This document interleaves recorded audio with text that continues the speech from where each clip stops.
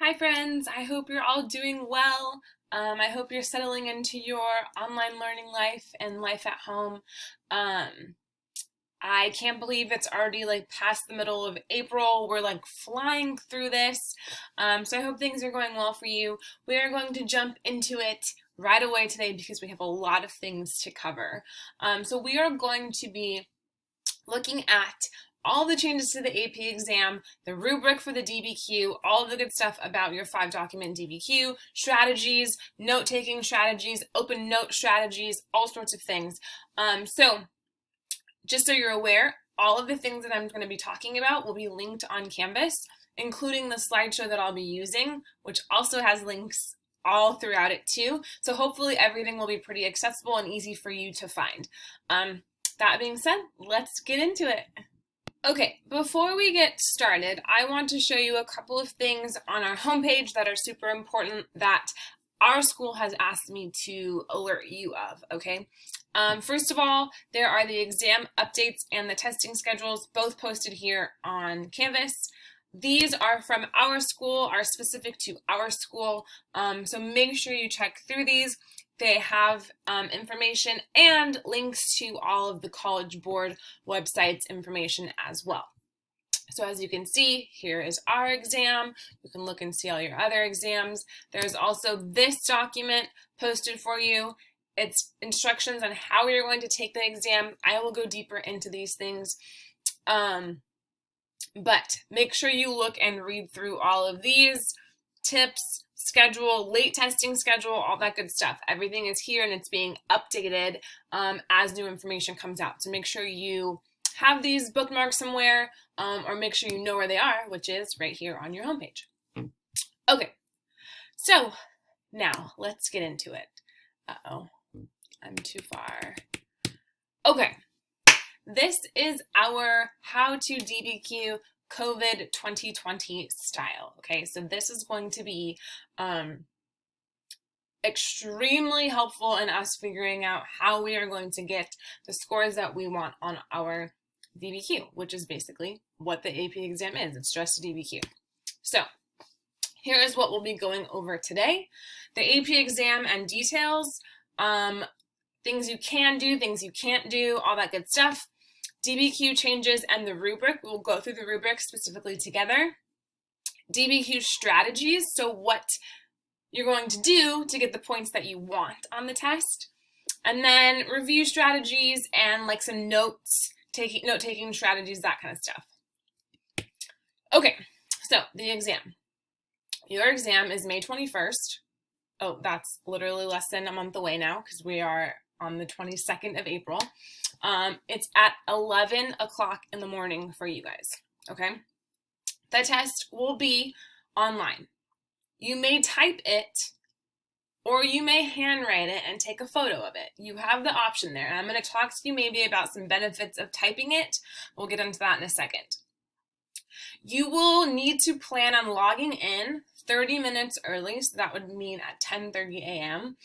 to get set up for your exam. Okay, so they're going to have you do things like log in, verify who you are, make sure you understand how to use the whole website. So you need to make sure that you're ready to go at 10:30.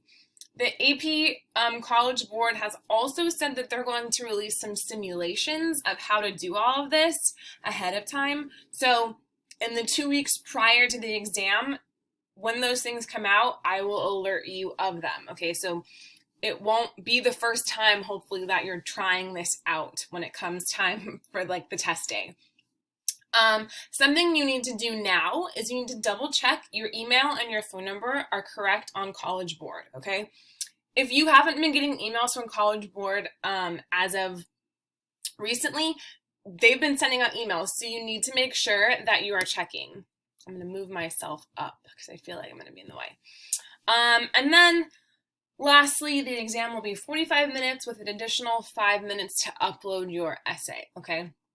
We will talk more about time breakdown and maybe some suggestions on how you're going to spend your time. But that is, very brief overview of the exam itself. Okay. Let's see here. What you can use. So what are you allowed to use on this at home, open book, open note test. You are allowed to use Google Docs or Word.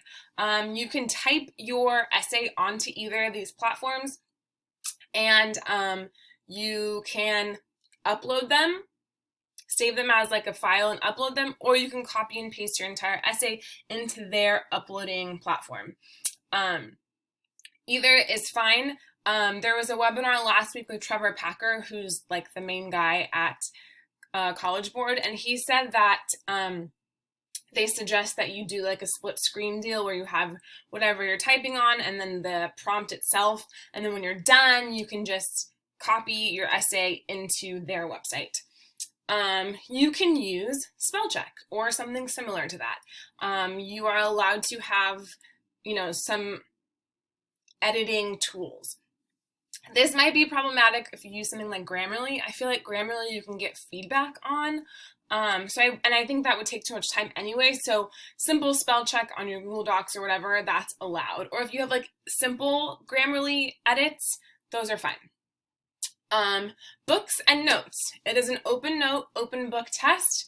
You can have papers out, you can have your book open, and you could use the internet. I'm going to make an argument that you should forget the internet exists because I feel like it could be a problem as a time consumer, a consumer of the limited time that you have.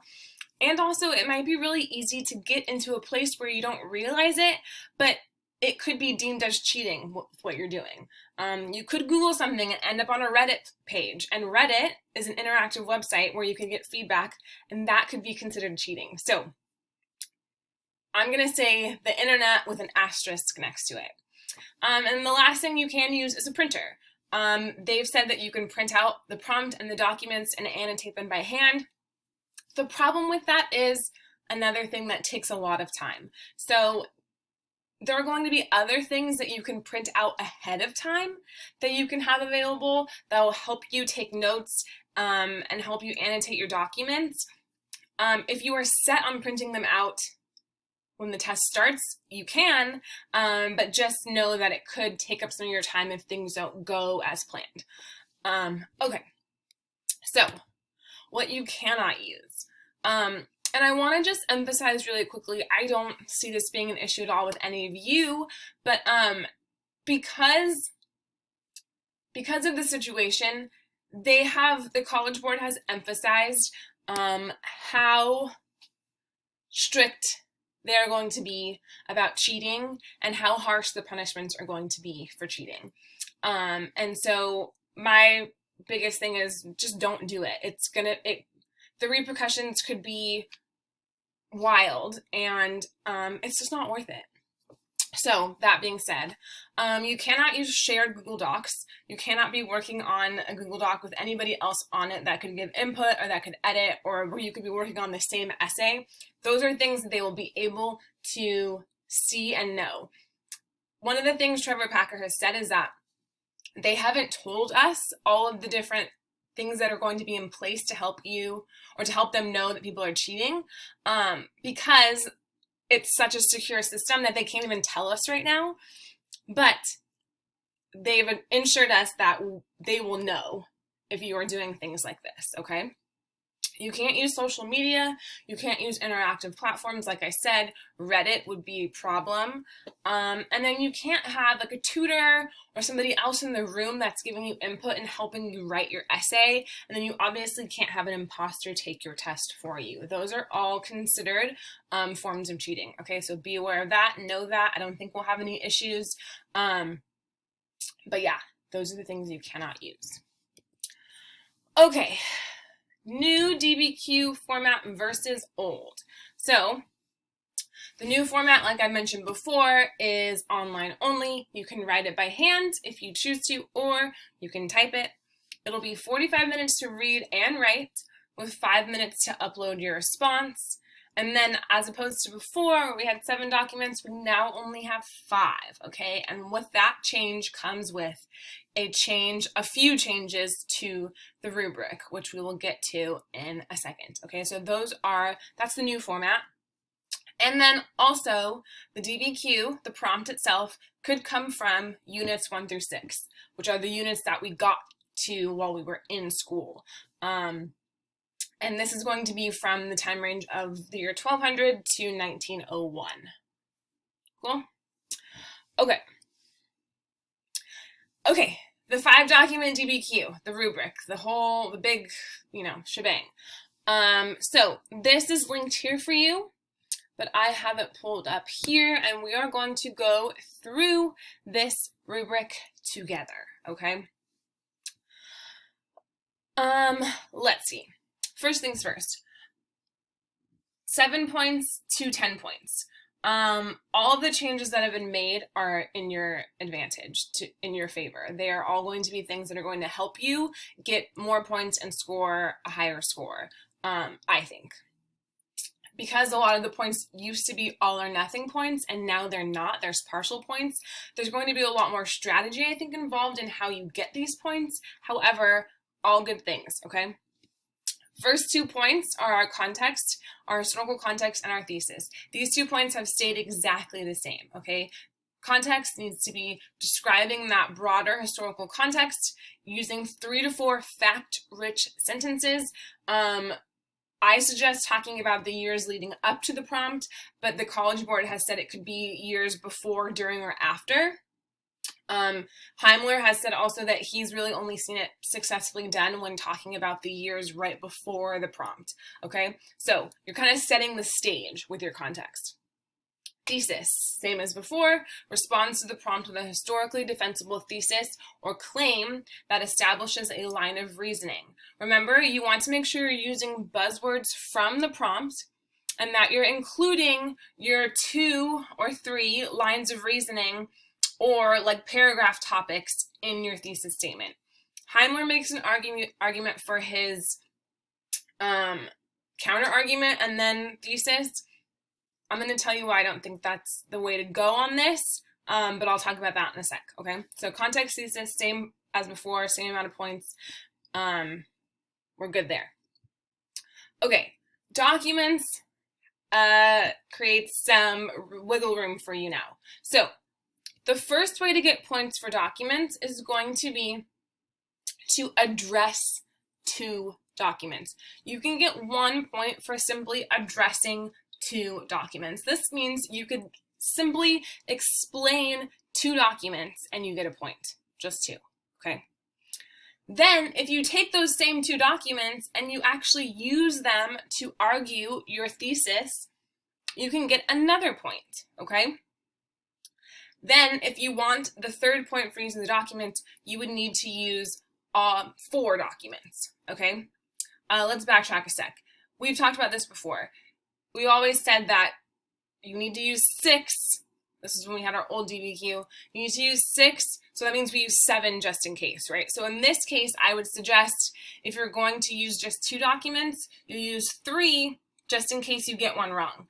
Same thing with the 4. If you want to go for the full 3 points on this evidence and documents category, I would suggest using all 5 documents just in case you use one wrong, right? Then you still have 4 left and you can get this full point here, okay? So that's for actually using the documents. Next up is our outside evidence. So before, it was just 1 piece of outside evidence and 1 point. Now it's 2 points and it's partial points. So you could introduce 1 piece of outside evidence and get 1 point. And then you can introduce a 2nd piece of outside evidence and get a 2nd point, okay? So this is going to be another thing where, depending on the time that you have and your strategy, you might only use 1 piece of outside evidence, and then if you have time, you might go back and add a 2nd, okay? So this gives you some options as far as points are concerned. Remember, this needs to be in support of your argument, right? It can't just be a random fact. It needs to be something that is incorporated well into your essay, more than 1 sentence, right? We need to have a few sentences that actually explain the evidence and how it helps support your argument.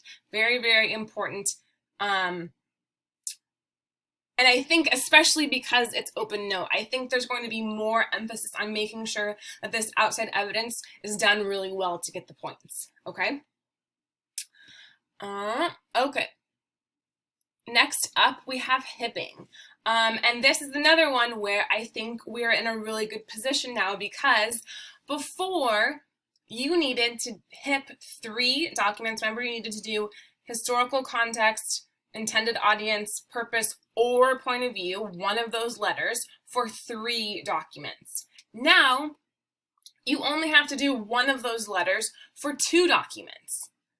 And if you only do one, you can get 1 point. If you only do 2, or if you choose to do 2, you can get 2 points. You have options here, and to get partial points, this could be another one where maybe you only do 1, and then if you have time at the end, you'll back in and do another one. Okay, so we're going to be practicing hipping and outside evidence, both of these things, so that you can prepare if that's what you choose to do as far as your strategy is concerned. And then lastly, the complexity point is still the same. 1 point, demonstrating a complex understanding of the historical development that is the focus of the prompt. The complexity point.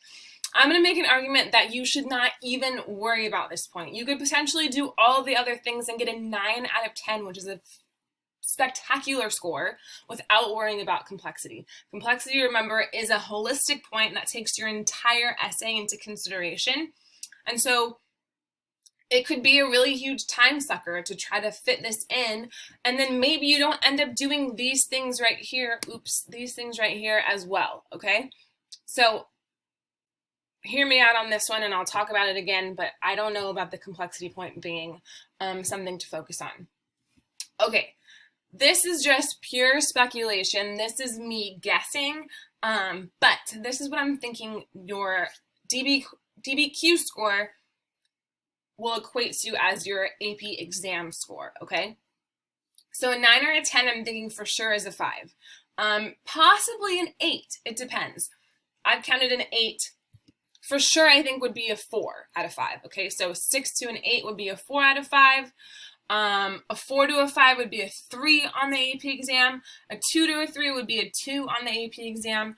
And then a 0 to a 1 would be 1 on the AP exam, okay? So that's what I'm thinking. Again, pure speculation. Do not quote me on this. This is just my thinking, okay? Remember, the College Board goes back and calibrates all the DBQs, the difficulty versus last year versus international versions. So they go through and they are going to see how difficult they think this was based on a lot of different factors. So that itself could play into the score that you would get too. So a lot of factors at play here. So this is just me speculating, okay? Don't quote me. Okay. Let's see. So what I have done here, what I have done here is broken down some strategies for you based off of what you think your strongest skills are. And so we're going to look at what this might look like for your essay itself, but I've also linked this strategies sheet here, and I want you to think about it. I want you to think about the score that you really want to get on this DBQ, and what you think is possible in 45 minutes, and how you're going to do it, right? What makes sense to you, how you're going to check all these things off to earn all of these points, okay? Because there's some ways that you could get a solid 6 out of 10 that don't even ask, like you could forget hipping entirely and get a 6 out of 10. You could forget outside evidence entirely and you could still get a 6 out of 10. So there's some ways that you could really play with this strategy, these strategies, so that you can make sure that you have enough time, you're not stressed out. And also, these can be starting points. So you could start with checking everything off for your 6-point strategy, and then if you have more time, going back and adding more things in. This is especially the case if you choose to type your essay. It is so much easier to go back and edit and add things in when you're typing. You can, of course, do this with handwriting. There might be some arrows and that sort of thing on your essay. I just think that it's, like, logically, it just makes so much more sense to type it so that you can just like go back in and not even have to, you know, like it doesn't become this puzzle or map. It just, oh, this document, I'm going to add a hip in real quick, or this body paragraph is arguing this point and I know some outside evidence, I'm going to go back in. If I have extra 5 minutes, I'm going to go back in and add some outside evidence. Okay? Okay, so this is, and I'll bring you over to this really quickly. Let me show you. So this is the same chart that I have on the slideshow, except this has an empty one down below. So you can make a copy of this if you'd like and go through and kind of play with it and see how you could potentially get your points. If you've struggled with contextualization and you just know that it's not your strong suit, you could skip it and focus on other things instead and just have your thesis and then get into your body paragraphs. I think that all of you are capable of context. I think we've practiced it enough. However, if that's how you're feeling, you got to do what's best for you. So look this through, play with this, figure out how you might want to get your points. And then this is how I suggest you break down the actual outline of your essay, okay? So this is an 8-point strategy. If you only want to get 6 points, you could potentially take out some things here that are optional that would give you the 6 points. But this, I think 8 is a fantastic score. And I think that doing all of these things in your essay is possible in the 45 minutes. So this is going to be my suggestion and what I think is the best option. But again, you know yourself, you know how well you manage time, you know how comfortable you felt on DBQs in the past. So you do you, okay? So intro paragraph, same as usual, historical context and thesis statement. You want to make sure you have your 2 prongs or your lines of reasoning that are basically going to give you your body paragraphs, right? So body paragraph 1 or argument 1, prong 1, whatever you want to call it. I suggest using topic sentences always, but especially in this case, because it's going to help you make sure your body paragraphs are cohesive and all make sense, right? So when you figure out what those lines of reasoning are, stick to them, go back to them, and reference them as your topic sentences for each body paragraph, okay? So body paragraph number 1, you would use one document. This is not like document number 1. This is just one document. You would analyze that document, you would hip that document, and then you would include one piece of outside evidence. Okay, body paragraph 1. Body paragraph 2, you're going to do the same thing. This is going to be your second line of reasoning or your second argument of your thesis. You're going to use the second document that you choose. You're going to analyze that document and use it to help argue your point, right? And then you are going to hip that document and then use outside evidence number 2. So a different piece of outside evidence that supports this body paragraph. And then because we want to make sure, right, we want to make sure we use those other 2 documents the right way, you can include a third document to make sure you get those points. This, potentially only using 3 documents, gets you 8 points. The only points you're missing here are that 4 out of 5 documents and that complexity point, okay? Everything else is included. Here we have the 9-point strategy, and basically all we're doing is adding one more document and analysis to each body paragraph. So that would give you 5 documents that you've used, potentially getting you that extra point. The only thing missing from this is the complexity point. If you are going to do the complexity point, you want to do all of the other things too, right? You don't want to just, I think the complexity point is going to be like, if you have a cohesive and complex argument as a whole where you analyze documents well, you have topic sentences, your documents are interlinking and supporting and corroborating each other, those things, it's going to take all of those things to get that complexity point, okay? And 9 out of 10 still is like genius. Like I would just be like floored. But this is, I think, a strategy if you want to try to get 9 points out of 10. Okay, my suggestions. Unless you are a DBQ master Kung Fu artist extraordinaire, do not worry about complexity, okay? There's so many other ways. It's 1 point. And hipping is worth 2. Like spending the time on hipping gets you more points than making sure you write this beautiful essay in 45 minutes. Like, that's insane. So unless you feel so wildly comfortable with everything else, I would not worry about complexity, okay? I would remove it from that strategy, from your brain. That's just me. And I'm not trying to like sell you short. I want you to be smart, and I want you to do well, and I want you to get the score that you want, okay? They should say of. Think of the rubric as a menu of options, not as a list of requirements. I heard another AP World teacher say this past weekend. And I really think that that's a great way to look at it. You're not required to do all these things. You have all of these ways that you can get points.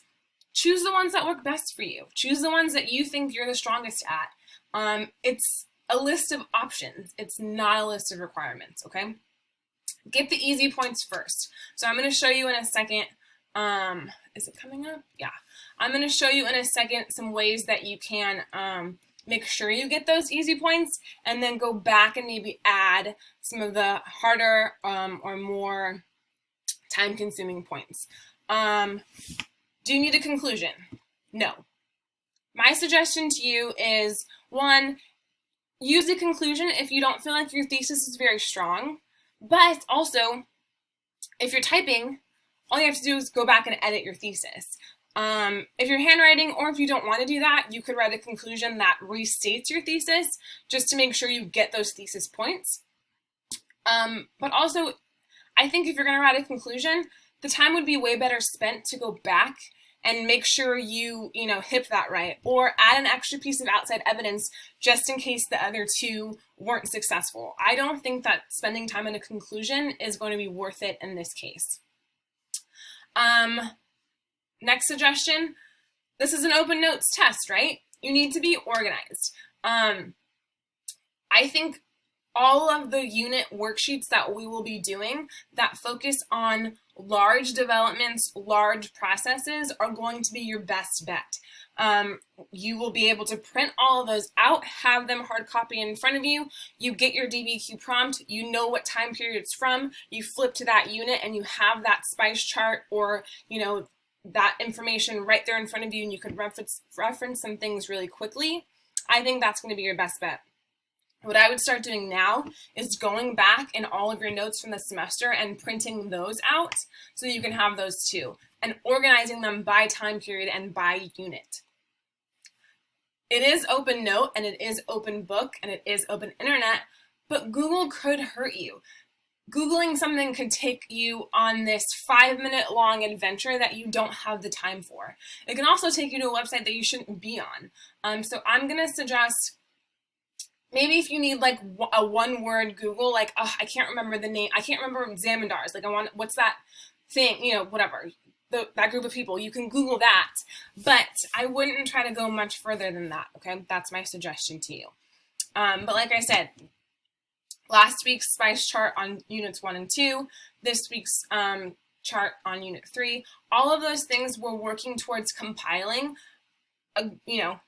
maybe not a super thorough study guide, but I don't think you need thorough notes to be successful on this DBQ. I think you need big ideas, big processes, appropriate time period, and some keywords and definitions all throughout that to help you. Okay, so that's my suggestion to you as far as being organized.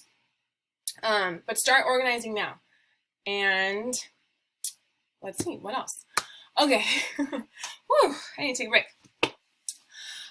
Time breakdown. Because you might choose to type this is what I was saying before, there could be an advantage in writing a basic essay first and then going back and adding more details later for more points. This could ensure that you don't run out of time. Let's say you have a beautiful, first body paragraph, but you only use one document.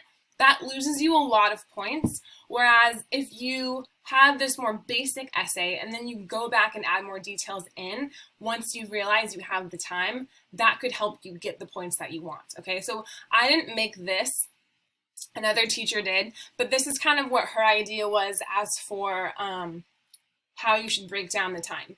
I think 5 minutes is a little bit short for reading the prompt, skimming the prompt or the documents, and organizing the documents, but You can obviously play with this and have like a, you know, old school timer out and like actually time yourself. And we're gonna have at least 2 practice DBQs, so you'll be able to try some of these things out in a time setting to figure out what works best for you. So she basically recommends that you spend the first chunk of time writing a basic essay. Make sure you have your thesis, make sure you use 1 to 2 documents in each body paragraph. Maybe you put some outside evidence in if you can think about it right away. And then once you do that, you go back and you add more details in, right? Then you add your hipping in. You realize, oh, this historical context makes sense here, or this outside evidence makes sense here, and you can go back and edit. So I think this creates an advantage for choosing to type your essay. Like I said before, you could handwrite it and do all of these same things. I just think it gets a little more complicated and messy when you're putting arrows and all that good stuff. Yeah, so try to figure out how you think it's going to be best for you to break down your 45 minutes, because I'm going to tell you right now, that time is going to fly by. Okay, last thing, next steps. Now it's time for you to start strategizing. First of all, make sure everything is updated and accurate on the College Board website. I have linked that here for you. Second of all, use the rubric and the strategy sheet to start thinking about the score that you want and what your strengths are. Like, what are you good at? What do you know that you nail every time? And start to strategize your points, the score that you're going to get. Okay.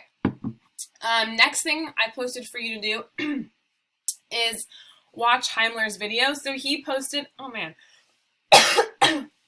he posted a video where he completely walks you through the 2018 DBQ prompt. So he takes 2 documents out and does the whole thing. I'm just gonna let you know that he does that complicated thesis that helps set you up for the complexity point, because it has the counter argument, right? If you're not going for the complexity point, you do not need that complex thesis, right? You can just have, I don't know, industrialization impacted the lower class because blank and blank. It doesn't have to be the however or although. You know what I'm saying? You've seen it before how he does his thesis, and you'll see it if you watch this video. You do not need to do that complex thesis if you're not going to try for the complexity point, which I've already made an argument for not doing.